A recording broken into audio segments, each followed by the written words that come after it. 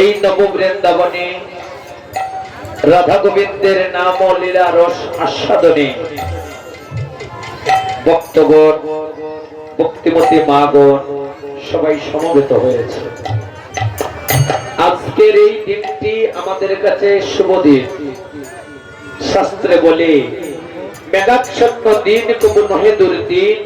দুর্দিন হলো সেই দিন যেদিন কৃষ্ণ কথা বিহীন, যেদিন সাধু সঙ্গ বিহীন। আকাশ যদি মেঘাচ্ছন্ন থাকে সেই দিনটাকে আমরা দুর্দিন বলি, কিন্তু মহাজন সিদ্ধান্ত দিয়েছেন যে আকাশ মেঘাচ্ছন্ন থাকলে সেই দিনটা দুর্দিন নয়। দুর্দিন হলো সেই দিন যেদিন কৃষ্ণ কথা হয়নি, যেদিন হরি কথা হয়নি, যেদিন ভক্ত সঙ্গ হয়নি, সেই দিনটাই মানব জীবনের দুর্দিন। আজকের এই দিনটি আমাদের সবার কাছে একটা শুভ দিন।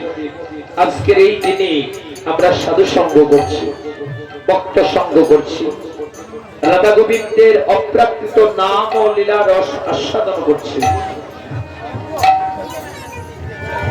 এই শুভ দিনে নব বৃন্দাবনে আমরা সবাই বসে আছি। আজ এই স্থানটি নব বৃন্দাবন। কেমন করে? শাস্ত্রে বলে যে স্থানে হয় অনন্ত কোটি বিশ্ব ব্রহ্মাণ্ডের অনন্ত কোটি সাধুগুরু বৈষ্ণব ভক্তগণের আগমন, যে স্থানে হয় রাধা গোবিন্দের নাম ও লীলা গুণগান কীর্তন, যে স্থানে হয় রাধা গোবিন্দের লীলা রস আস্বাদন, সেই স্থানে হয়ে যায় মধুময় শ্রী বৃন্দাবন।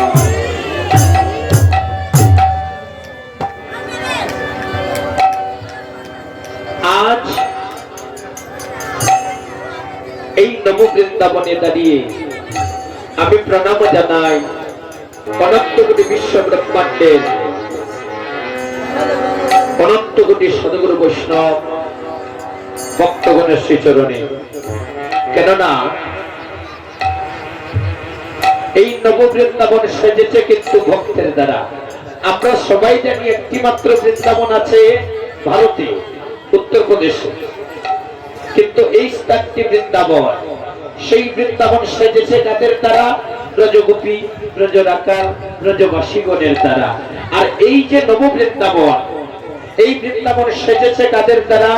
এই বৃন্দাবন সেজেছে ভক্তের দ্বারা।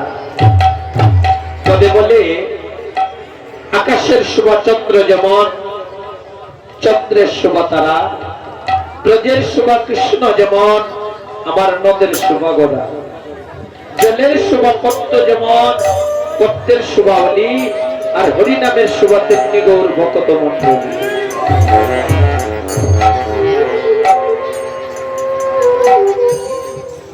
আমার গোবিন্দ বলেছেন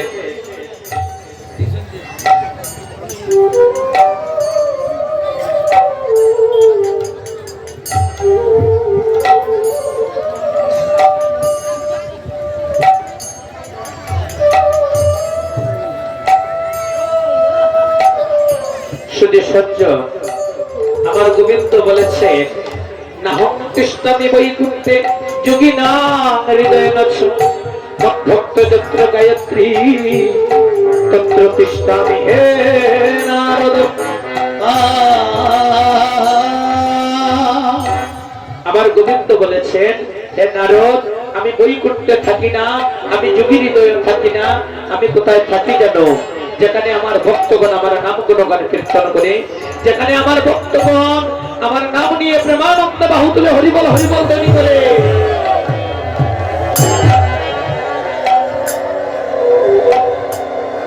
কারণ আমি সেই স্থানে অবস্থান করি। কেননা আমি ভক্তের অধীন ভগবান, আর নিজে ছোট হয়ে বাড়াই আমি ভক্তের সম্মান। আমার গোবিন্দ বললেন কি যে আমি ভক্তের অধীন, ভক্ত আমার অধীন নয়।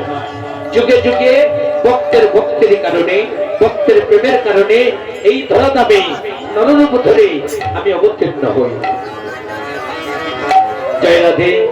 আমার ভক্তগণ, আমার ভক্তিমতী মাগণকে বলছি, ও মা, গোবিন্দকে লাভ করতে হলে ভক্তি আর প্রেমের প্রয়োজন। কেননা আমার গোবিন্দ বলেছেন যে যুগে যুগে আমি ভক্তির কারণে, ভক্তের প্রেমের কারণে এই ধরা দামে অবতীর্ণ হই। ডাকার মতো ডাকিলে মোরে রইতে পারি কই, ডাকার মতো ডাকিলে মোরা আমি রইতে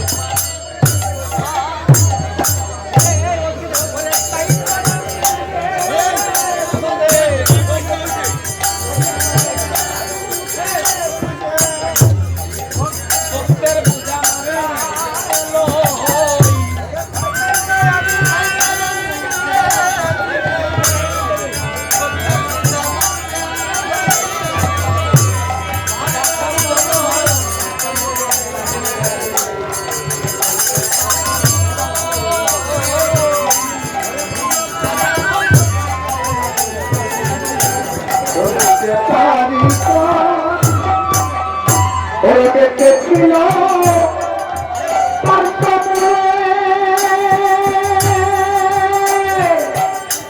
আমার যাতে ছিল সক্ষ দূরে,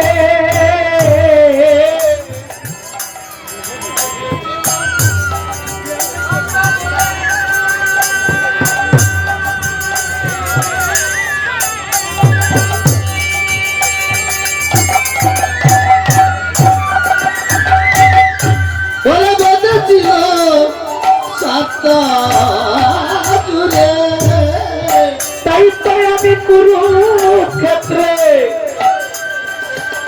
তাই তো আমি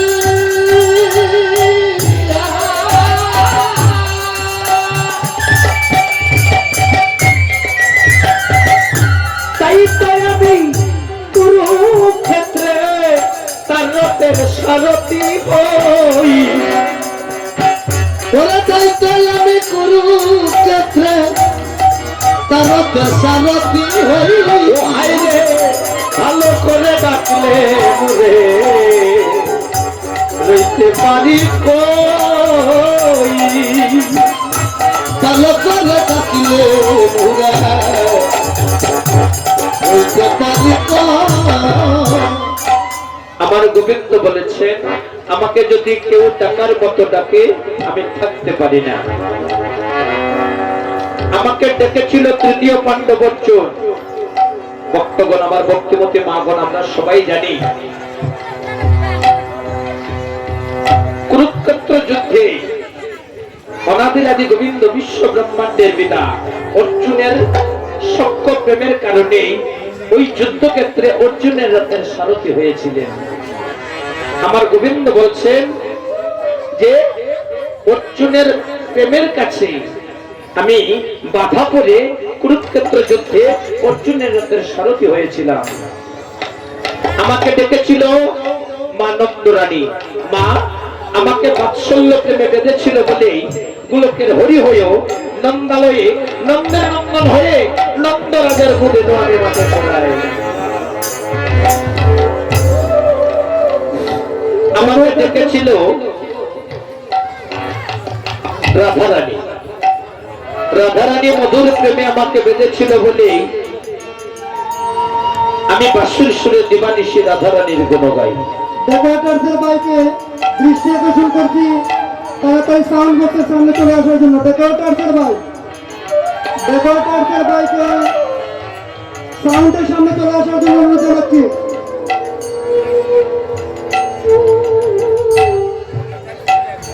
আমার গোবিন্দ বললেন যে আমি ভক্তির কাঙ্গাল, আমি ভক্তের প্রেমের কাঙ্গাল। আজ এই ভক্তের সবাই দাঁড়িয়ে আমি প্রণাম জানাই এই আসরে আগত অনাগত গৌর ভক্তগণ, কৃষ্ণ ভক্তগণের শ্রীচরণে। আমি প্রণাম জানাই আমার গুরুজন, আমার পিতামাতার শ্রীচরণে।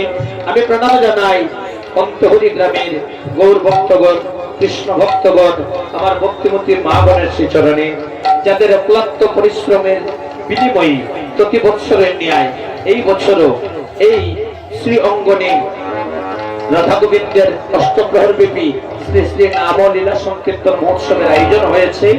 আর এই আয়োজনে আমরা সবাই এসে কৃষ্ণ ভক্তি কৃষ্ণ প্রেম লাভ করে নিজেদেরকে ধন্য করতে পারছি। চৈতন্য চরিতামৃতে কবিরাজ গোস্বামী লিখেছেন, সংকীর্তন যজ্ঞ করে কৃষ্ণ আরাধা, কৃষ্ণ রাধা সেই সে শুনে পায় রাধা কৃষ্ণের শরণ।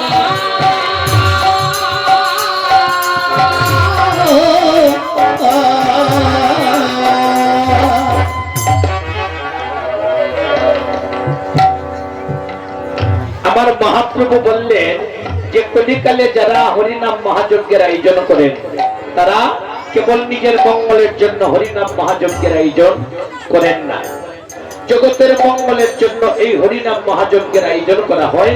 আর এই জন্য এই যজ্ঞকে বলা হয় ভুবন মঙ্গল হরিনাম মহাযজ্ঞ। এই যজ্ঞের দ্বারা শুধু যে এই গ্রামের মঙ্গল হবে, শুধু যে এই গ্রামের ভক্তগণের মঙ্গল হবে তা নয়, এই যজ্ঞের দ্বারা জগতের মঙ্গল হয়। আর আমার মহাপ্রভু তিনি শ্রীমুখে বলেছেন, কলিকালে যাদের দ্বারা জগতের মঙ্গল হয় তারা হলো কলির শ্রেষ্ঠ মানব আর আমার প্রিয় ভক্ত। আপনার ধন আপনার ঘরে আছে, আপনার ধনে তো আমার কোনো অংশ নেই, কিন্তু এই হরিনাম সংকীর্তনে আমাদের সবার অংশ আছে। এই হরিনাম সংকীর্তনকে বলা হয় নববিধা ভক্তির মধ্যে শ্রেষ্ঠ, ভজনের মধ্যে শ্রেষ্ঠ। নববিধা ভক্তি, নববিধা ভক্তি, কৃষ্ণ প্রেম কৃষ্ণ পেতে তোরে মহাশক্তি সর্বশ্রেষ্ঠ নাম সংকীর্ত নিরপরাধ নাম জপিলে মিলে কৃষ্ণ রাধা।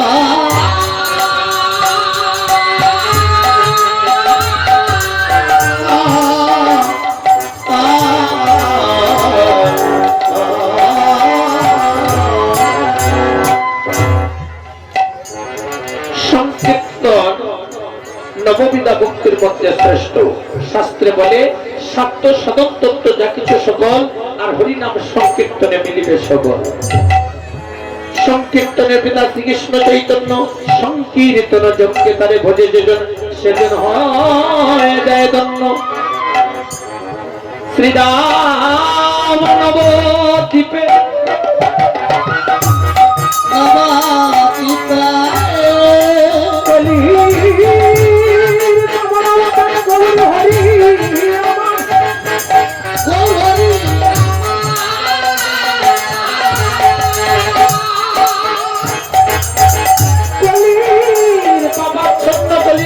উদ্ধার করবেন বলে প্রেমানন্দে বাহু তুলে হরি বল হরি বল হরি বল হরি বল হরি বল দাবি করে ভক্তগণ সঙ্গে নিয়ে পার্শ্বদগণ সঙ্গে নিয়ে আজ হরিনাম সংকীর্তনের মন্দিরে